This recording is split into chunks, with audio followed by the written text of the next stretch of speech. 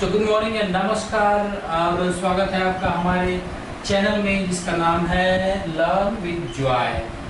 क्योंकि मैं ये बातें इंग्लिश में भी कह सकता हूँ, लेकिन मैं चाहता हूँ कि हर वो बच्चा जो ग्रामीण अंचल से जुड़ा है, जो हिंदी माध्यम से पढ़ा है, वो भी इसको सीखे।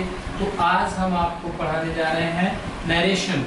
नरेशन कई नामों से आप जान सकते हैं, नरेशन या फिर कुछ लोग कहते हैं इसको रिपोर्टिंग, या कुछ लोग बिल्कुल इसको स्पीच भी कहते हैं।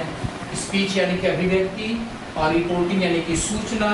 और यही कारण है कि इसमें ज़्यादातर ऐसे शब्द प्रयोग होते हैं जो सूचना देते हैं, इन्फॉर्म करते हैं। ठीक है, तो सबसे पहला काम ये है हमें जानना कि स्पीच कितने तरह की होती है। तो स्पीच जो है, स्पीच दो तरह की होती है।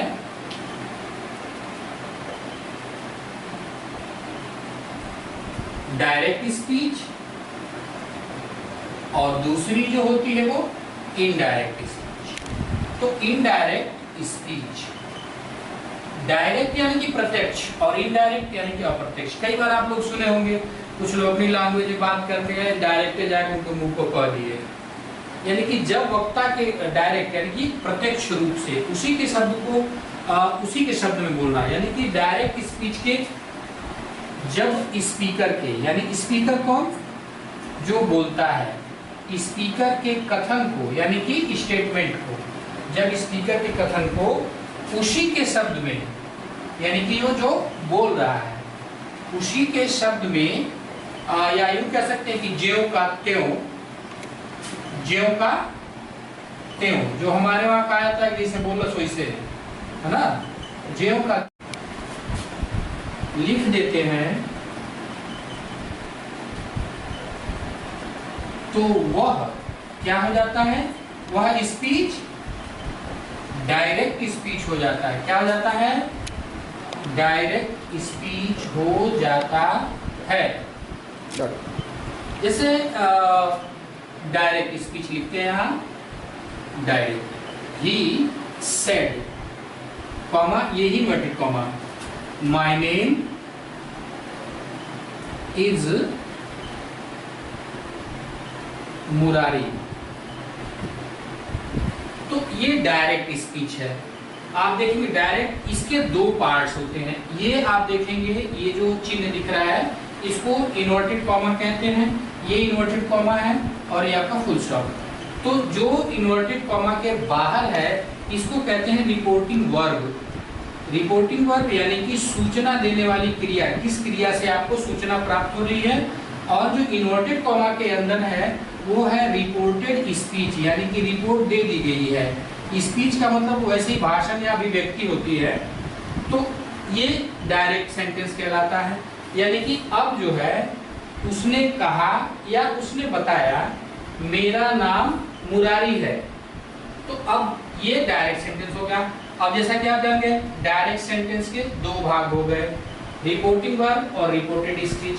रिपोर्टिंग वर्ब जो इन्वर्टेड कॉमा जिसको हिंदी में आप उल्टे कॉमाज कहते हैं, और ये इन्वर्टेड कॉमा के अंदर है, यानी कि अब देखिए, अब दूसरी बारी आ गई इनडायरेक्ट स्पीच। यहां लिखते हैं इनडायरेक्ट स्पीच। तो आखिर इनडायरेक्ट स्पीच किसको कहते हैं, जब किसी स्पीकर के कथन को बदल करके, कुछ व्याकरण की दृष्टि से, ग्रामेटिकल चेंजेस के साथ, कुछ व्याकरण की दृष्टि से जब हम इसको बदल देते हैं और टेंस के हिसाब से उसको जब चेंज करके लिखते हैं या बोलते हैं, तो वो क्या कहलाता है, इनडायरेक्ट स्पीच। यानी कि जब स्पीकर यानी जो बोलने वाला है, वक्ता है, स्पीकर के स्टेटमेंट को यानी कि कथन को कुछ, है ना, ग्रामेटिकल चेंजेस के साथ, यानी कि व्याकरणीय परिवर्तन के साथ, चेंजेस के साथ लिखते हैं, तो वह इनडायरेक्ट स्पीच या कह सकते हैं कि अप्रत्यक्ष संवाद या भाषण कुछ भी कह सकते हैं, इनडायरेक्ट स्पीच कहलाता है। अब इसमें ऐसा नहीं है कि बस इसको परिभाषाओं तक सीमित कर दिया जाए। जो बिगिनर है, जो स्टार्टर, जिन्होंने शुरू किया है, तो उनको समझना ये जरूरी है कि आखिर कहते किसको है। बड़ा हवा सा रहता है 6, 7, 8 के बच्चों को, 9, 10, 11, 12 बच्चों को कि हम तो डायरेक्ट इनडायरेक्ट पढ़ के आए हैं, तुम नहीं पढ़े तो दूसरा फ्रेंड होता है। ये क्या होता है? डायरेक्ट इनडायरेक्ट क्या होता है? क्या होता है कि इसको यही चीज है जो स्पीकर ने बोला उसको उसी के शब्द में हमने लिख दिया, इन्वर्टेड कॉमा के अंदर लिख दिया, तो ये क्या हो गया? Direct speech. अब इसको तो जब जैसा आप देख रहे हैं कि he said my name is Murari, तो अब हम इसको इनडायरेक्ट में बदल देंगे, यानी कि अब ये जो प्रत्यक्ष था वो अप्रत्यक्ष होने वाला है। अब आप सीधे समझ जाइए कि उसने कहा या उसने बताया मेरा नाम मुरारी है, तो ये उसके शब्द हैं, लेकिन हम सोचते मेरा नाम, तो अब हम जब इसको लिखेंगे तो क्या करेंगे? He said that. अब यहाँ हिज हो जाएगा, हिज नेम, और इज की जगह वाज हो जाएगा और मुरारी, यानी कि हमने लिख दिया कि he said that his name was Murari. अब आप सोचेंगे कि ये माई हिज कैसे हो गया और इज वाज कैसे हो गया, तो जरा सोचिए कि पिता का नाम अगर टाइटल है तिवारी तो बेटा शुक्ला कैसे हो जाएगा, मिश्रा कैसे हो जाएगा? वो भी तिवारी होगा।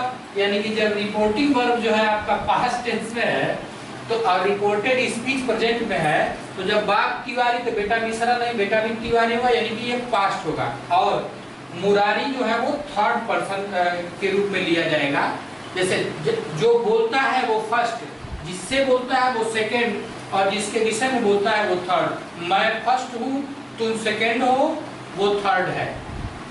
Just try to understand this, समझने की कोशिश करो इसे कि मैं फर्स्ट हूँ, तुम सेकंड हो और वो थर्ड है। यानी कि आई ग्रुप के जितने होते हैं वो फर्स्ट होते हैं, यू ग्रुप के जितने होते हैं वो सेकंड होते हैं, और जो अलग होते हैं वो थर्ड होते हैं। फिर वो किसी का नाम भी हो तो वो थर्ड पर्सन ही होगा।